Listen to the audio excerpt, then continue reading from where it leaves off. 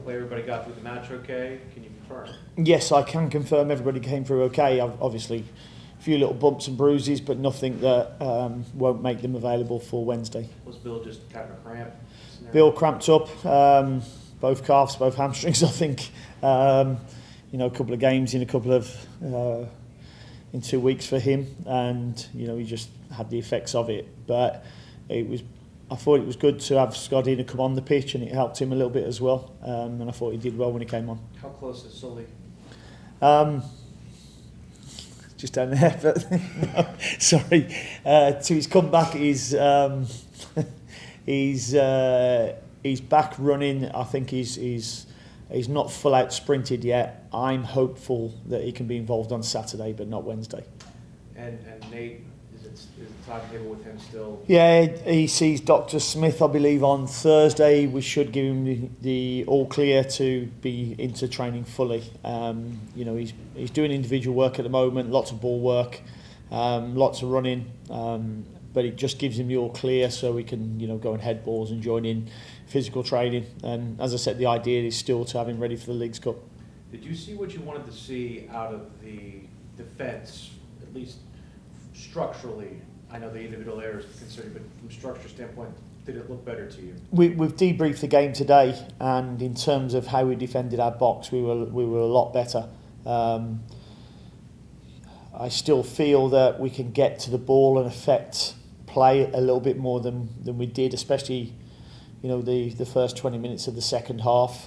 Just get out and affect it, make the ball go backwards. I thought we half-hearted sometimes, and we thought we were close enough, and if the team can play forward, then you're not close enough. So that was part of the chat as well today. The run you had been on can create almost a natural tentativeness about the way you defend, but how much does a clean sheet, a victory at home, another game at home, give you guys the confidence to be a little bit more aggressive to get the ball off of your opponent? I think because we kept the clean sheet, and the clean sheet was a lot down to doing the basics well. We got into good positions to defend our box really well. There was a couple of opportunities which we've given them, and most of their opportunities were from us, from individual errors or unforced errors. And but our reaction to actually help our teammates out was really good. It should give us a lot of confidence going into the next few games now. I know that your history with this club only is a year and a half, but to see Pep Biel putting up the kind of numbers that really nobody else in the history of this club has put up, I'm sure it's not as a source of pride for you, but for the sporting department to say, hey, we identified talent and he's doing things that we've never seen here. Yeah, we're really pleased for him, and that we brought him into the club. We had a good look at him last year when he came in on loan, and we liked what we saw. We liked his passion for the club, for the area, and that was one of the things, the character that he's got. The numbers can be misguided sometimes because you lose his work rate as well. His work without the ball is excellent, but he does produce really good numbers. He produces good chances for the team and his teammates, and he scores good goals as well. So we're really proud of what he's doing at the moment. Did you need to talk to Wilf about subbing him off at 75, or is it just kind of we understand what took place? Yeah, no, they understand, both him and Pep. We were turning the ball over too much, and they're our two best players with the ball, and unfortunately when we haven't got the ball, I wanted to get some fresh legs on, so that was the idea, and it worked out well for us because I thought the subs made a difference when they came on as well. 4 to 5 minutes later we scored the second goal and had some really good spells. Probably should have had a penalty for the third as well, but I always say that you've got to be ready to come on and make a difference, and I thought the subs did that. Any clarity on, it seems like we're in a bit of a limbo on the Pat Ajman situation? No, I mean, my stance hasn't changed since I spoke to you last week. He's having a medical, I believe, and that's ongoing, and I'm guessing should be sorted pretty soon. What can Enon do to impress you? I mean, I know you still probably want to add a player, but can he impress you to the level where it's like, you know what, we're okay at striker? I'll just keep scoring goals like he's doing and keep working hard like he's doing. You know, and that can make the absence of Patrick, you know, less felt, and that's what he's got the opportunity to do, and he looks like he's taking it with both hands at the moment. Carol? Following up on that, he does seem like he's really good on the finish, you know, and that's been an area for the first 4 years that's been a problem. You know, Yeah. do you see some gifts there? Yeah, I mean, but he's also a really willing runner as well. Real tough mentality, real tough kid for the young lad. You know, but yeah, he can finish. He wants to get into the 6-yard box and finish as well. You know, and he makes a lot of unselfish runs. So we're pleased that, you know, he's our player and he's still got a big career ahead of him, and you know, we want to help him keep developing. When you see a lot of those one-touch finishes, is that kind of a natural talent, you know, people who can do that? It is, but you still need to get into them areas. You still need to make them runs. He's not a wannabe, he's a will be. He wants to actually do it. He wants to get into the box. He wants to run hard. You know, and you know, hopefully that will keep it going for him.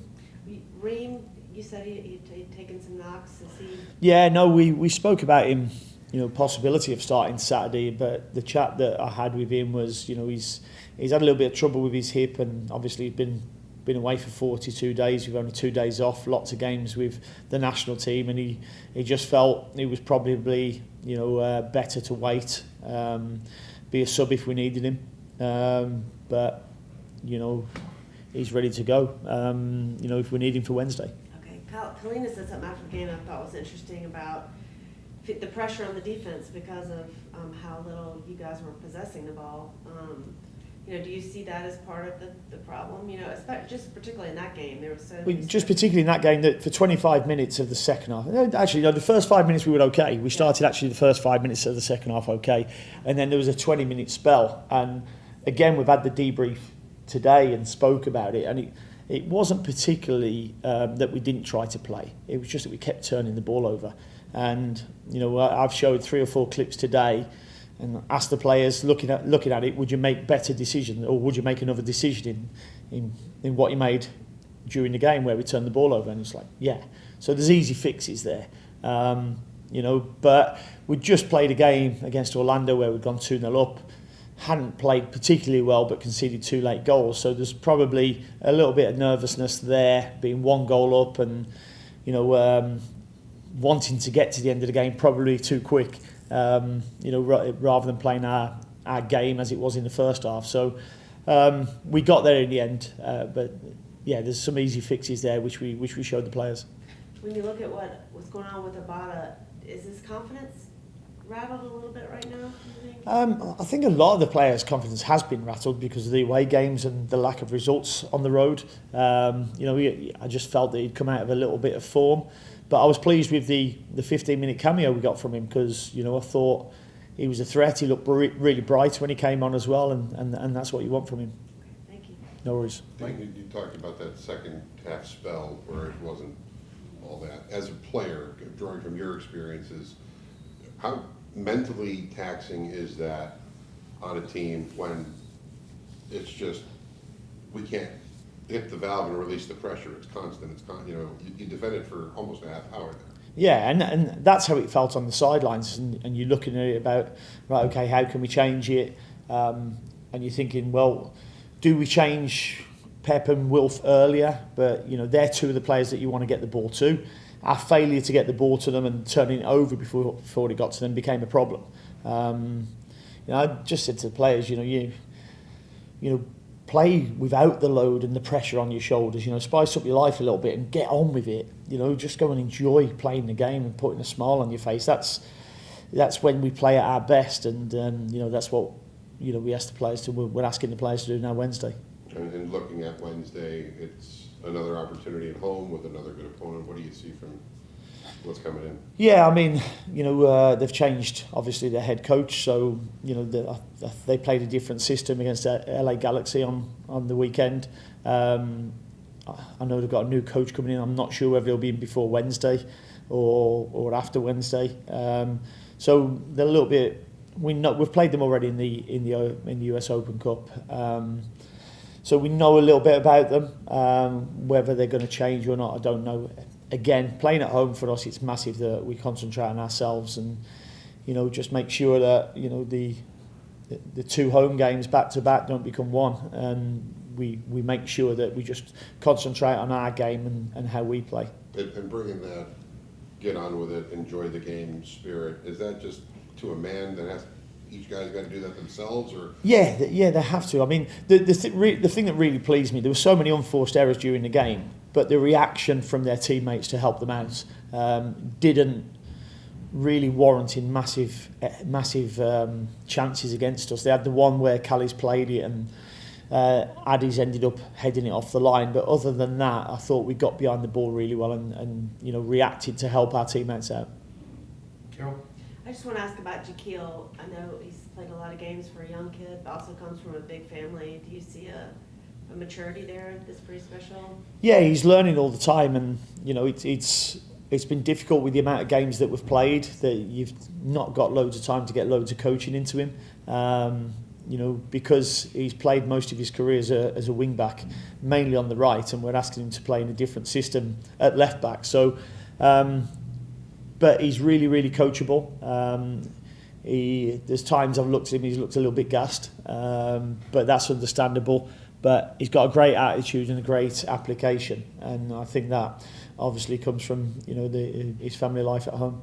The one-on-one defending is kind of where, you know, learning where to be and how to position yourself. Is that some of the stuff? Yeah, I mean, there was a time in the early in the second half where he released to get tight to the wide player, and he never released with enough pace, and the lad played it the other side of him.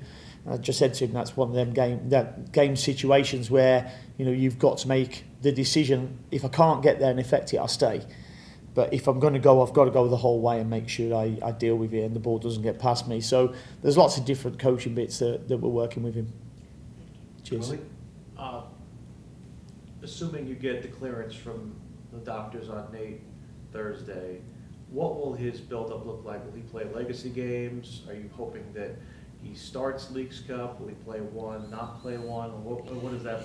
What have you guys, I guess, from the guidance standpoint, are you expecting? Yeah, we'll probably play an in-house game for him to get some minutes, you know, and for some of the other players who haven't been playing too long as well, to get some more minutes.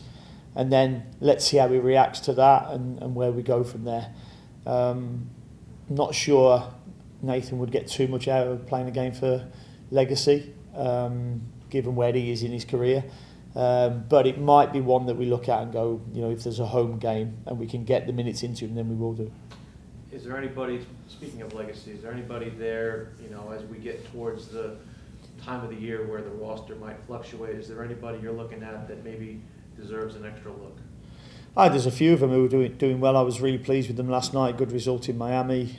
Jack Neely, you know, scored a really good goal. Mendoza scored his first goal, young lad coming through. And, you know, unfortunately AJ's got injured, but he's been doing well. Koulibaly's been doing well as well. Emmanuel scored again last night. Nympha's coming back from injury. Got his first assist last night as well. So there's a few of the players there who are doing really well, and they're being very well coached by Gary as well. I know you gave Nympha a little bit of a run early in the year last year, and Brian's also come on as well.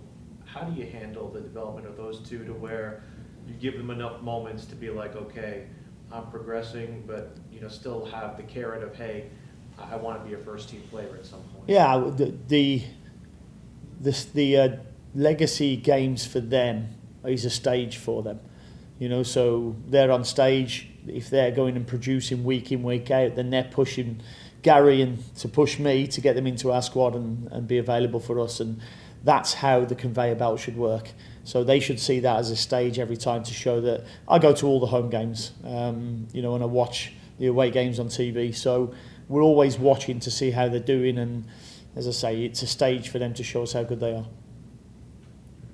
Yeah, I've just got one on Nathan. If you're hoping to get the clearance for him and him coming off of surgery on a neck, yeah. Obviously, when the doctors say thumbs up, is there the mental side of it for Nate himself that he's got to say, okay, the doctor said I can do this, that first header, that first touch, that sort of thing. And that's what our training sessions will be about with him, to get him through that already, to make sure he's confident of going in for it. I mean, you'll be amazed when you see him. He's grown to 6 foot since he's had this this neck injury and these new his new disc put in. They've stretched him out a little bit. He's now Stretch Armstrong. But is that I mean, as a player coming off an injury, whether it's a knee, and neck, and arm, whatever, Yeah, you've yeah. got to have the trust in it, right? Yeah, I mean, listen, early in my career, I broke my leg and done my ankle ligaments on both sides. I had a plate and a screw put in my ankle, and so the first time you actually go and jump off that leg again, it's different, but you get through it and you learn to trust it, and it becomes muscle memory then. You pick up any tricks of the trade with Wilf on Benteke? No, not really, but I've watched Benteke play a lot for Aston Villa as well, so I know him, and Wilf knows him well as well.